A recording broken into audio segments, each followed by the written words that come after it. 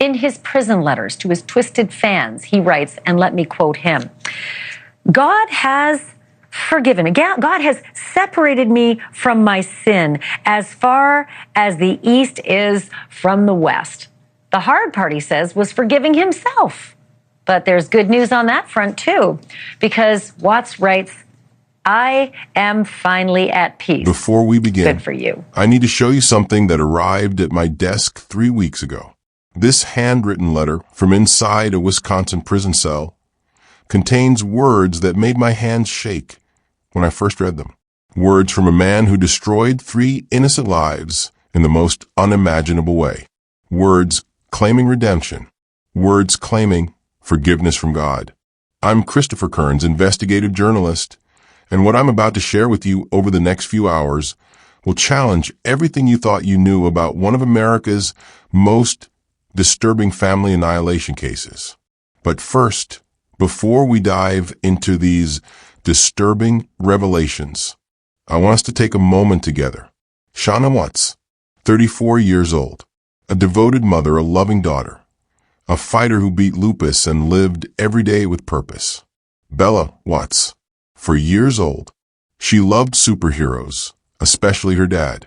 She called him her best friend. Celeste Watts, 3 years old, called CeCe by those who loved her.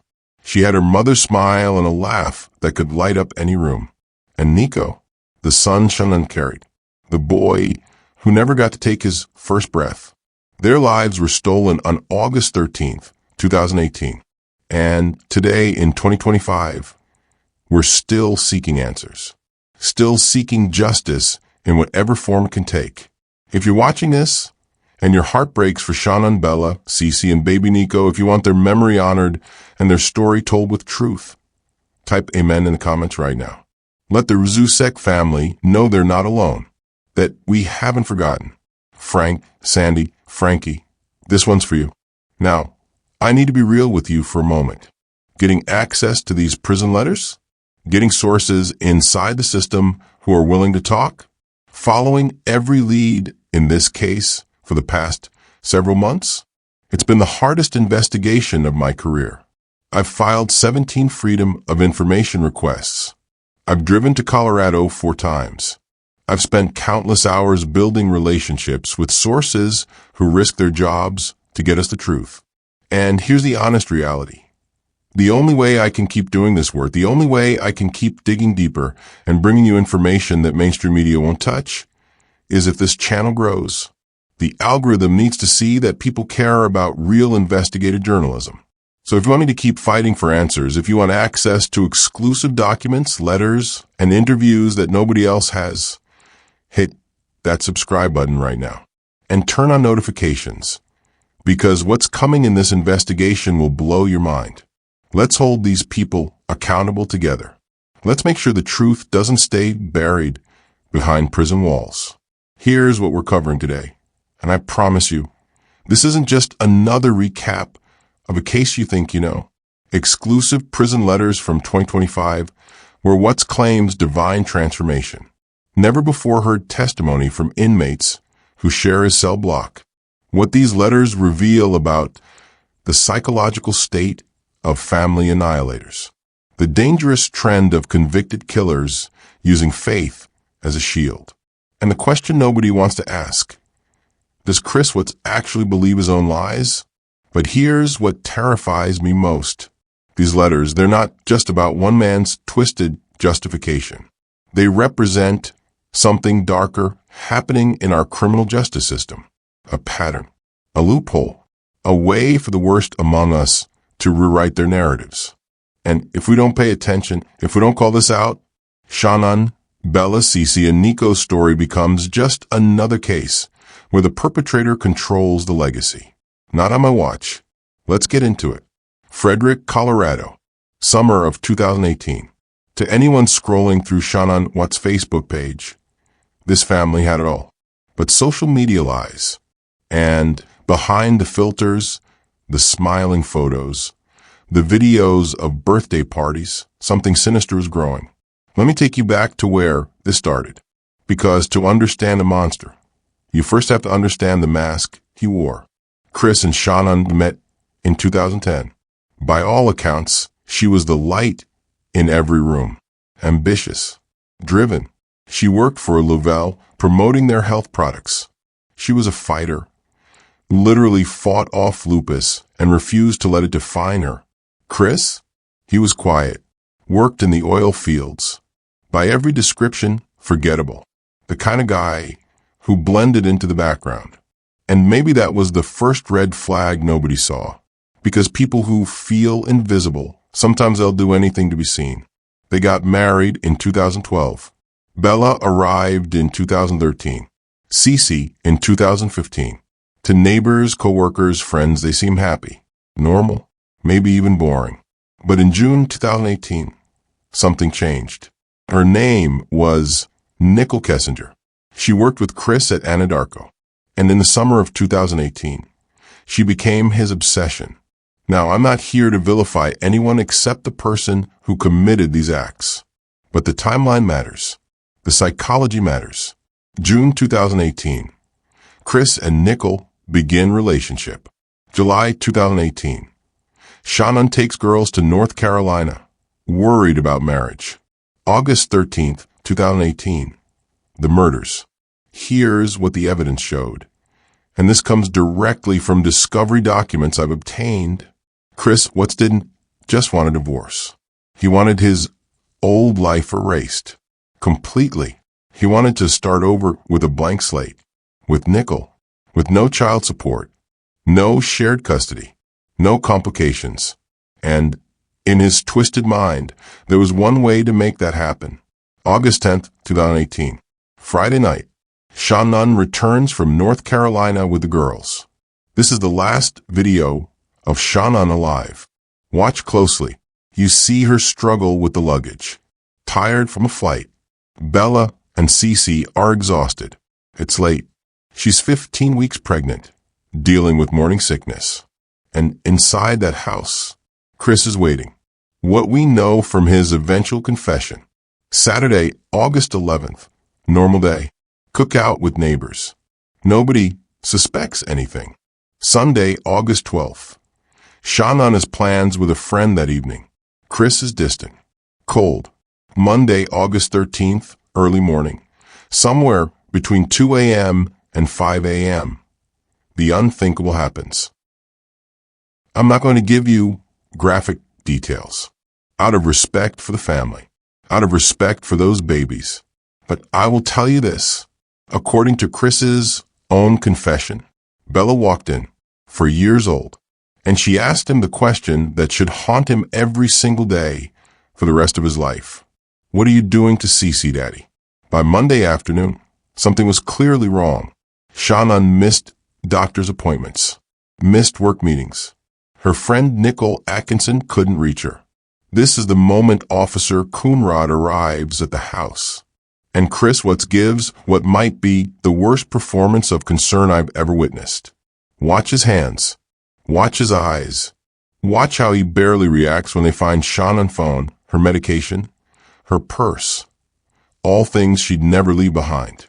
And here's what gets me every single time I watch this. He knows exactly where they are. He put them there himself, hours earlier. And he's standing here, pretending to be a worried husband. 3 days later, after one of the most bizarre news interviews in true crime history, Chris confessed. Shanann was buried in a shallow grave. Bella and CeCe were submerged in oil tanks at his worksite. The same oil tanks Chris accessed every single day. August 16th, 2018. The world learned what evil could look like wearing a Colorado Rockies t-shirt. Now here's where this case takes a turn that still infuriates people to this day. November 6th, 2018. Weld County, Colorado.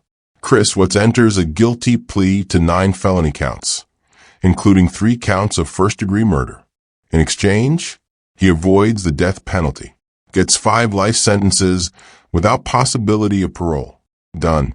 Case closed. And here's what makes my blood boil about this. The Rzusek family, Shanann family. They didn't want this plea deal.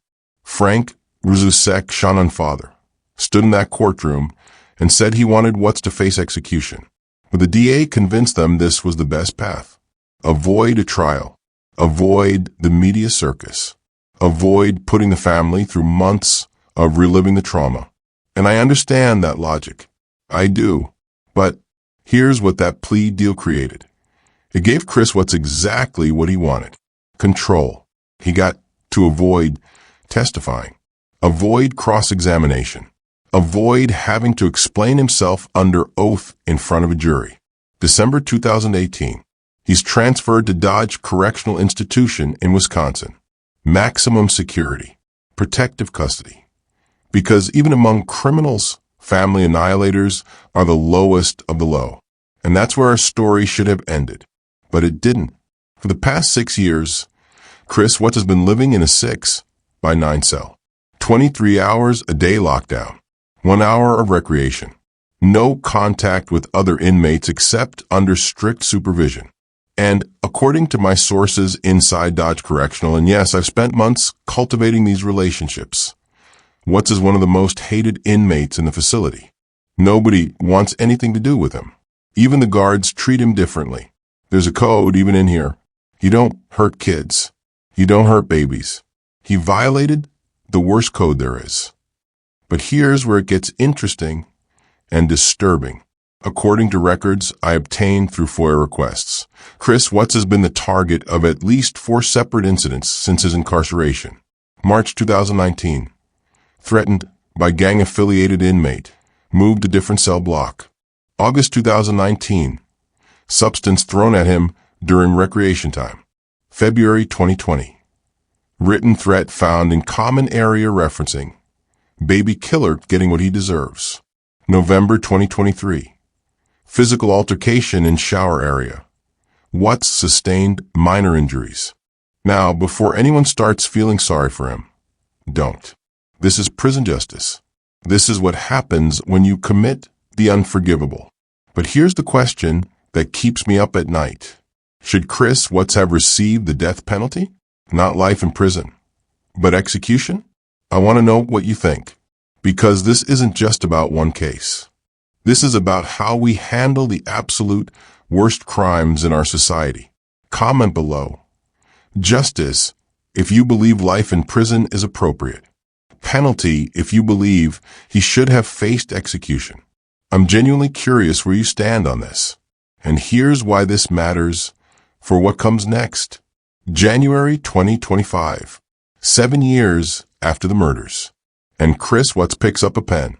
What you're looking at are 3 handwritten letters from Chris Watts to various Christian prison ministries and pen pals.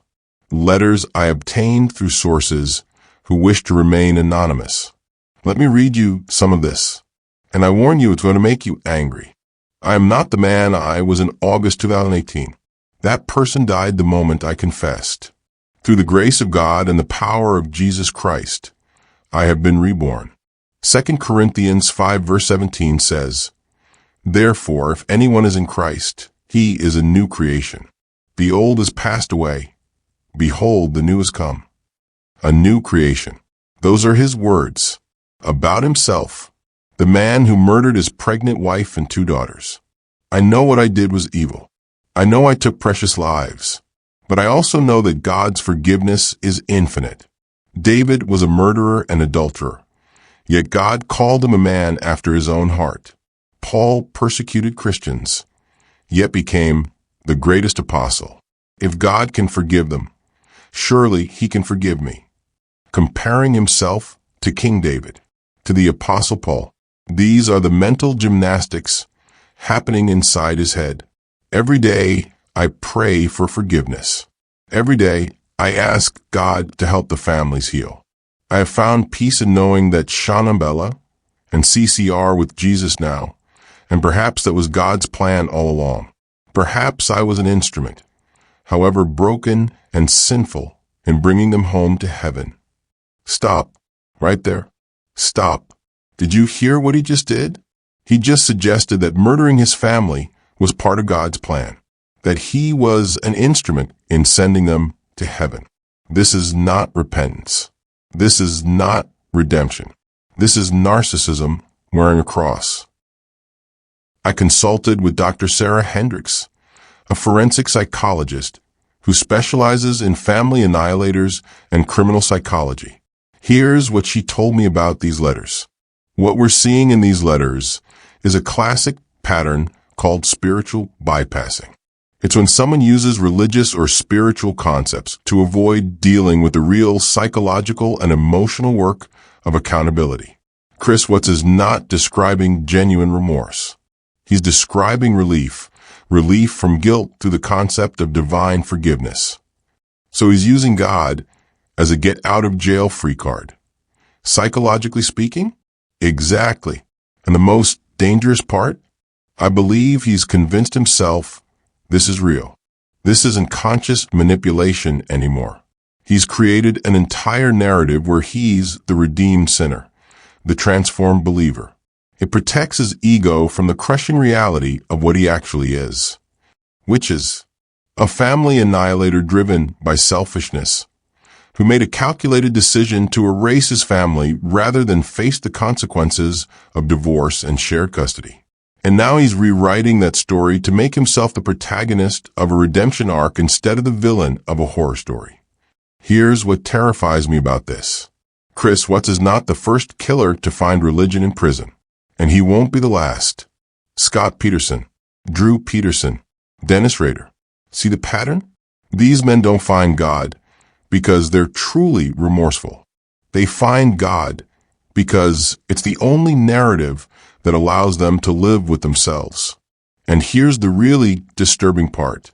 There are entire prison ministry programs that embrace these men, that celebrate their transformations, that hold them up as examples of God's grace. But what about the victims? What about the families watching these killers get baptized, get celebrated, get to feel good about themselves again? I reached out to the Rzusek family through their attorney to ask about these letters. They declined to comment publicly, but their attorney sent me this statement. The Rzusek family is aware that Christopher Watts has been writing letters claiming religious transformation. They find these claims deeply offensive and insulting to the memory of Shanann, Bella, Celeste, and Nico. No amount of prayer or Bible verses can undo what was done. They ask for privacy as they continue to grieve the loss of their beloved family members. And that's the real story here, isn't it? While Chris Watts gets to feel redeemed, feel forgiven, feel like a new creation, Shanann family still sets the table for 4 people who will never come home. Now, I know some of you are watching this and thinking, but isn't that the whole point of Christianity? That anyone can be forgiven? That God's grace has no limits? And that's a fair question. It's a question that theologians have debated for centuries. Can the worst among us truly be redeemed? Should they be? True repentance requires 3 things: admission of wrongdoing, genuine remorse, and a commitment to making amends as much as humanly possible. What concerns me about these letters is the focus on his own peace, his own transformation. Where's the advocacy for victims' families? Where's the commitment to speaking out against family violence? Where's the work of redemption beyond just feeling better about himself? And that's the key question. Is Chris Watts truly changed? Or has he just found a more comfortable way to live with what he's done? We need to talk about the bigger picture here, because this isn't just about one family annihilator's prison letters. This is about a pattern in our criminal justice system that nobody wants to address. One question I get constantly: was Chris Watts mentally ill? Because surely the thinking goes, nobody in their right mind could do what he did. According to the court-ordered psychiatric evaluation conducted before his plea deal, Chris Watts was found to be completely sane, competent to stand trial. No diagnosed mental illness, no psychotic break, no dissociative disorder. The psychiatrist report stated, and I quote, Mr. Watts demonstrated clear understanding of right and wrong. He made deliberate, calculated decisions. His actions show planning and awareness of consequences. This was not a crime of passion or mental illness. This was a crime of selfishness and cowardice. And I think that's what makes this case so terrifying. We want there to be something wrong with him, some explanation, some diagnosis we can point to and say, that's why. But sometimes evil is just evil. Sometimes people make monstrous choices not because they're sick, but because they prioritize their own comfort over human life. I want your take on this. Comment below. Mental illness, if you believe Chris Watts had an undiagnosed condition. Evil if you believe he was simply a selfish, calculating person who made a choice. This matters for how we understand these crimes. Earlier I mentioned the threats, the violence, the isolation Chris Watts faces in prison. And I know some of you are thinking, good, he deserves it. And maybe you're right. Maybe prison karma is the closest thing to justice we get in these cases. My sources tell me that Watts lives in constant fear. He can't participate in group activities. He can't access education programs. He can't even attend chapel services because the other inmates have made it clear he's not welcome. Last month, someone slipped a note under his cell door. It had a picture of his daughters on it and just one word, waiting. He freaked out, called for guards, refused to leave his cell for 3 days. That's his life now, looking over his shoulder, waiting for payback that might never come or might come tomorrow. Is that justice? Is that karma? Or is it just cruelty on top of tragedy? I don't have an easy answer. Part of me thinks if anyone deserves to live in fear, it's him. But another part of me wonders, doesn't our justice system mean we're supposed to be better than that? Let's address the elephant in the room. Should Chris Watts have been executed?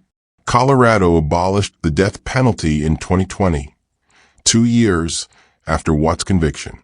But even if it had been on the table, the DA chose the plea deal. Arguments for execution. He murdered 4 people, including 2 children and an unborn baby. The crimes were premeditated and particularly heinous. He showed no mercy to his victims. Life in prison costs taxpayers approximately $50,000 per year. Arguments against.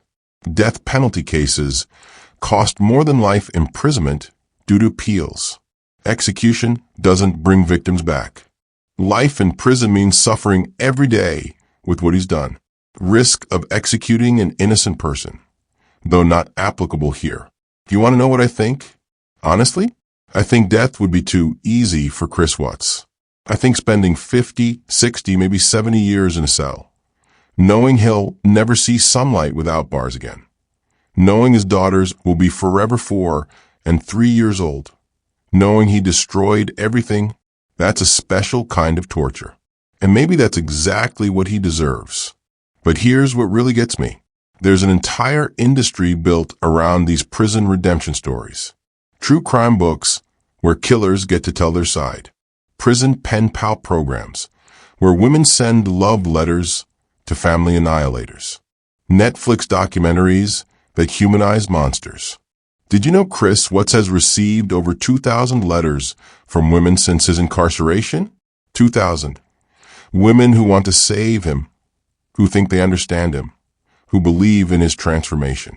There are websites, forums, groups dedicated to supporting him, to praying for him, to celebrating his supposed redemption. And every one of those letters, every show of support, every redemption narrative, is a slap in the face to Shanann, Bella, CeCe, and Nico. If we're going to honor these victims, we have to ask the hard question. Could this have been prevented? Looking back at Chris and Shanann's relationship, there were warning signs.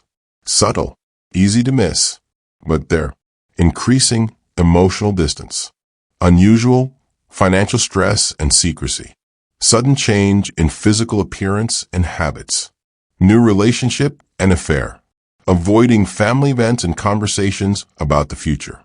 Strange behavior caught on camera. This is June 2018. Watch Chris's body language when Shanann talks about the pregnancy. Watch his face. He's not excited. He's not engaged. He looks trapped. Dr. Hendricks told me that family annihilators almost always show a pattern called pre-crime distancing. They emotionally disconnect from their victims before the physical act. It makes it easier, makes them seem less human. Here's what we need to understand. Family annihilation is rare, but domestic violence escalation is not. 1 in 4 women experience severe intimate partner violence. Separation is the most dangerous time in an abusive relationship. 70% of intimate partner homicides occur after the victim has left. Children are often used as weapons or targets. If you're watching this and something feels off in your relationship, if you're seeing these patterns, if you feel afraid, trust that feeling. Make a safety plan. Reach out to the National Domestic Violence Hotline at 1-800-799-7233. You deserve safety. You deserve life. Your life is worth more than trying to fix someone who doesn't want to be fixed. Shanann tried. She fought for her marriage. She believed in therapy and second chances. And it cost her everything. The release of these 2025 letters has sparked a massive debate online. And it's a debate that goes way beyond Chris Watts. Twitter, TikTok, Reddit, everyone's talking about this. And the responses fall into 3 camps. People who genuinely believe in redemption, who think God can change anyone, who want to give him the benefit of the doubt. People who call nonsense on the whole thing, who see this as manipulation, who think he's playing a game to make himself feel better. People who are furious these letters even exist, who think he gave up the right to speak when he killed his family, who want him silenced permanently. And here's what's fascinating to me. All 3 groups genuinely believe they're right. All 3 groups have valid points. But let's zoom out for a second, because these letters reveal something disturbing about our culture. We are obsessed with villains. We binge-watch true crime. We make TikToks about serial killers. We create fan art of murderers. We romanticize darkness. Ted Bundy, Jeffrey Dahmer, now Chris Watts. They become celebrities, anti-heroes, tragic figures we try to understand. And meanwhile, Shanann Watts becomes a footnote. Bella and CeCe become just victims in someone else's story. Nico never even got a name to most people who follow this case. We need to flip the script.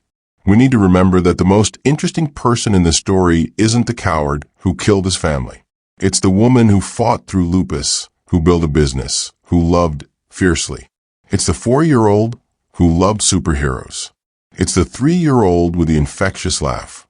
They're the story, not him. So after 7 years, 3 handwritten letters, and hours of investigation, where does this leave us? The CeCe family has shown incredible strength. They've established scholarships in Shannann's name. They've advocated for domestic violence awareness. They've shared their story to help others. Every year on August 13th, they hold a vigil. Not for him, for them, for Shanann, Bella, CeCe, and Nico. And they've made it clear, Chris, what so-called redemption is not their concern. Their focus is on keeping their loved ones' memories alive.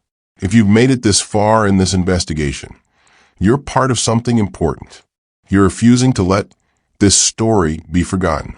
You're refusing to let the narrative be controlled by the perpetrator. Here's what I need from you. Subscribe to this channel if you haven't already. Share this video for awareness, for prevention, for justice.